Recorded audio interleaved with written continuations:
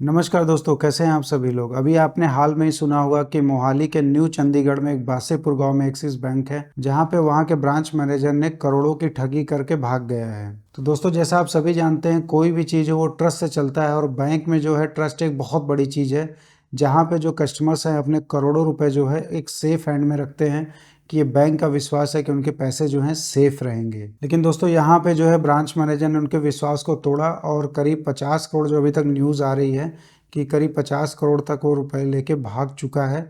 और भी वहाँ पे पुलिस ने बोला है कि सभी कस्टमर्स का डेटा निकालने के लिए, कि वो आंकड़ा समझा जा सके कि टोटल क्या अमाउंट है जो पैसे लेके गया है। तो दोस्तों, आज इस वीडियो में हम लोग जानेंगे कि ये ठगी कैसे की और आप किस तरह से अपने पैसे जो है सेफ रख सकते हैं बैंक में। तो दोस्तों, आगे जानने से पहले अगर आप इस चैनल पर नए हैं तो आप जरूर इस चैनल को like and share and subscribe कर लीजिए, जिससे आपको ऐसी जानकारी मिलती रहे। और आप ये वीडियो जरूर अंत तक देखें, जिससे आपको पता चले कि आपको क्या करना है और कैसे करना है कि आपके पैसे जो हैं बैंक में सेफ रहें।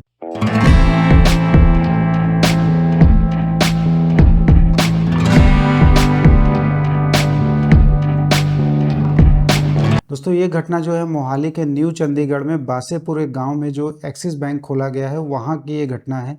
जहां का जो मैनेजर है गौरव शर्मा, जो कि पठानकोट का रहने वाला बताया जा रहा है, वहां पे उसने क्या किया है कि बहुत सारे कस्टमर के अकाउंट से जो है पैसे निकाल लिए हैं और उस पैसों को जो है कहीं इधर उधर ट्रांसफ़र भी कर दिए हैं। कुछ अपनी फैमिली के अकाउंट में ट्रांसफ़र कर दिए हैं और कुछ अपने दोस्तों के अकाउंट में ट्रांसफ़र कर दिए हैं। तो दोस्तों, जैसा कि आप सभी जानते हैं कि जो बैंक में है, हम लोग जो पैसा अपना रखते हैं एक ट्रस्ट पे रखते हैं कि ये बैंक है और यहाँ पे हमारे पैसे सुरक्षित रहेंगे।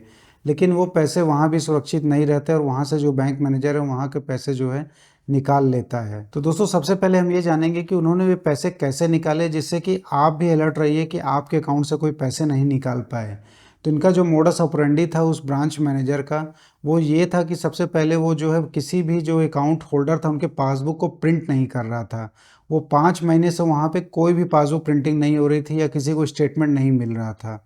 और जो दूसरा उसने सबसे बड़ी चीज़ किया था कि सभी खातेदारों के अकाउंट में, जिनके अकाउंट से पैसे निकाले गए हैं, उसमें उन्होंने अपना मोबाइल नंबर डाल दिया था और कस्टमर का मोबाइल नंबर हटा दिया था, जिससे जब भी वो पैसे कस्टमर के अकाउंट से निकालता था या ट्रांसफ़र करता था दूसरे अकाउंट्स में, तो कस्टमर को मैसेज नहीं पहुंचता था और कस्टमर को पता नहीं चल पाता था कि उसके अकाउंट में पैसे निकल गए हैं या फिर अभी पड़े हुए हैं। क्योंकि कस्टमर जो है ज़्यादातर मैसेज पे ही भरोसा करते हैं और उसी पे देखते हैं कि हमारा कितना बैलेंस बचा हुआ है।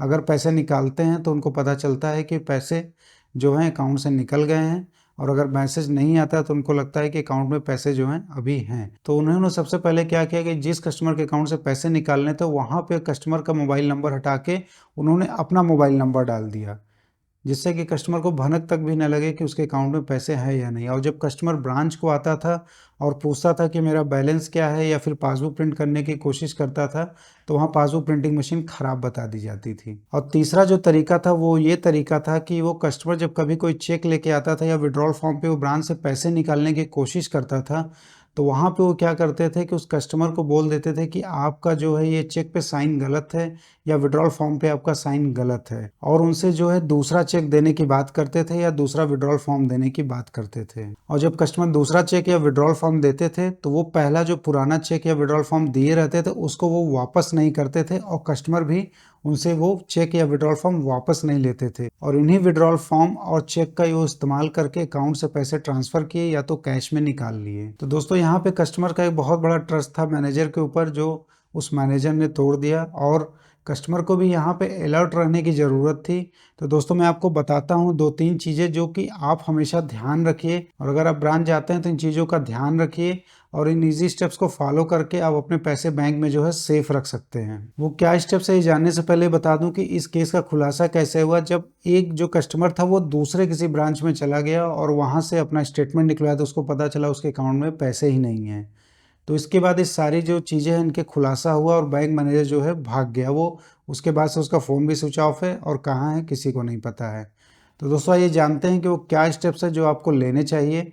अगर आपके पैसे अकाउंट में हैं तो आप उसको एकदम ही सुरक्षित मत समझिए, उसको चेक करना भी ज़रूरी है। तो दोस्तों, जो सबसे पहले ज़रूरी चीज़ है, आप अपने एसएमएस पे ध्यान दीजिए। आप देखते रहिए कि अगर आप कोई ट्रांजैक्शन कर रहे हैं तो आपके मोबाइल पे एसएमएस आ रहा है कि नहीं आ रहा है। अगर आपको एसएमएस 1-2 बार नहीं आता है तो हो सकता है कि ये सर्वर का इशू हो और आपको एसएमएस नहीं मिल रहे हों।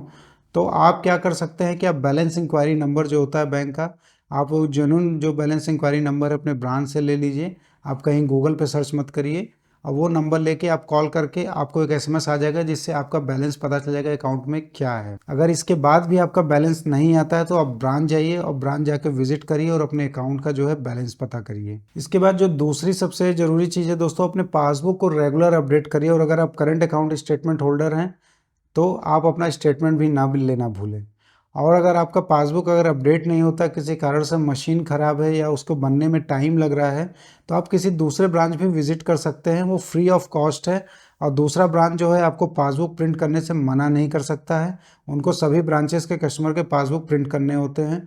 तो आप दूसरे ब्रांच से भी जाके अगर पासबुक प्रिंट करा सकते हैं अगर आपको डाउट हो रहा है तो। तीसरा जो है सबसे महत्वपूर्ण चीज़ है कि आप कोई भी चेक या विड्रॉल फॉर्म जब भी आप ब्रांच जाते हैं और वहाँ पे अगर आप दूसरा कोई विड्रॉल या चेक फॉर्म भरते हैं तो पहले विड्रॉल या चेक फॉर्म को या तो आप रख लीजिए और या तो उसको वहाँ फाड़ दीजिए। और इस तरह से फाड़िए कि आपका अकाउंट नंबर और सिग्नेचर पूरी तरह से वो डिस्ट्रॉय हो जाए। ज़्यादा आप कोशिश करिए कि आप घर पे लाके उसको फाड़िए या जला के फेंक दीजिए, क्योंकि आप ब्रांच के अगर उसको मोड़ के इस तरह से डस्टबिन में फेंक देते हैं तो कोई निकाल के उसका रीयूज़ कर सकता है। तो कभी भी अपना चेकबुक और जो आपका विड्रॉल फॉर्म है आप साइन किया हुआ ना छोड़ें। और अगर आपको दूसरे की ज़रूरत है तो आप पहला जो है ब्रांच मैनेजर से या फिर इस वहाँ के स्टाफ को अगर आपसे मांगते हैं तो आप पहला वापस ले लीजिए। कभी भी उनको ब्लैंक पे साइन करके मत दीजिए और उसको फाड़ दीजिए या तो कट कर दीजिए पूरी तरीके से, ताकि वो यूज़ ना हो सके। और जो आखिरी में चौथी सबसे अच्छी बात है वो आप क्या है कि यूज़ कर सकते हैं मोबाइल बैंकिंग और इंटरनेट बैंकिंग। अगर आप टेक सेवी हैं तो आप इसको ईजिली यूज़ कर सकते हैं, और अगर आप थोड़ा बहुत कोशिश करेंगे तो आप इसमें बैलेंस देखना तो ज़रूर सीख जाएंगे। तो कोशिश करिए आप मोबाइल बैंकिंग या इंटरनेट बैंकिंग लीजिए और वहाँ से आप रेगुलरली अपने ट्रांजेक्शन्स को मॉनिटर कर सकते हैं, और बिना आप एसएमएस के भी आप देख सकते हैं कि किस तरह से आपके अकाउंट में क्या ऑपरेशन चल रहा है। तो आप ये भी कर सकते हैं, ये बहुत ही ईजी है। आप अपने ब्रांच में जाके अगर आपको नहीं चलाना आता तो आप वहाँ पे सीख भी सकते हैं। और जो सबसे आखिरी बात है, आप किसी पे भी ब्लाइंडली ट्रस्ट मत करिए, थोड़ा सा आप भी सजग रहिए जिससे कि ये सब फ्रॉड रोके जा सके। तो दोस्तों ऐसे ही वीडियो के लिए आप इस चैनल को लाइक एंड सब्सक्राइब कर लीजिए, जिससे आपको ऐसी इन्फॉर्मेशन मिलती रहे। और इस इन्फॉर्मेशन को अपने दोस्तों के साथ और अपने फैमिली के साथ शेयर करना ना भूलें, जिससे उनके पैसे भी जो हैं बैंक में सेफ रहें। मिलते हैं दोस्तों नेक्स्ट वीडियो में।